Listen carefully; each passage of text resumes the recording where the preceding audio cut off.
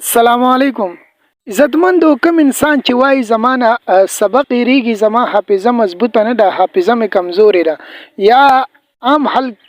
اکثر دا شکایت کوي وي یاره سیس کې د مورانه هیر وي یا راته چا ډیره اهمه او ضروری خبره کړې وي خبره بیا دوباره ما نه هیره شوې وي. نو کوم انسان نه چې خبرې یریږي سیس کې د هغه نه یریږي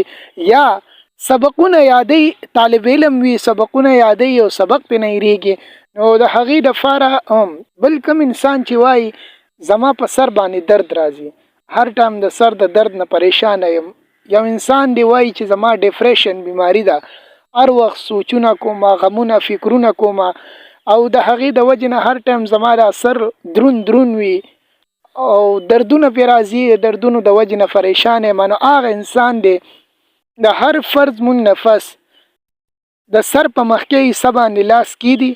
او یا قویو یا قویو د 11 پیره وای ان شاء الله د سر درد بم ختمیږي، حافظه بم مضبوطیږي او دې سره به ان شاء الله د ډیپریشن د بیماری نم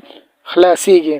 نو کوم انسان کې چې دا درې بیماری وي هغه یا قویو یا قوی وظیفه پابندۍ سره کې ان شاء الله ردی د سر درد بخوي، حافظه به مضبوطه وي او ور سره به د ډیپریشن د بیماری نم خلاص وي. د هر فرض مون نفس د سر په مخکې حصه باندې به ښی لاس کیدي او یا قویو به 11 پیره وای ان شاء الله د درې واړه قسمه بیمارونه به نجات ته حاصل شي.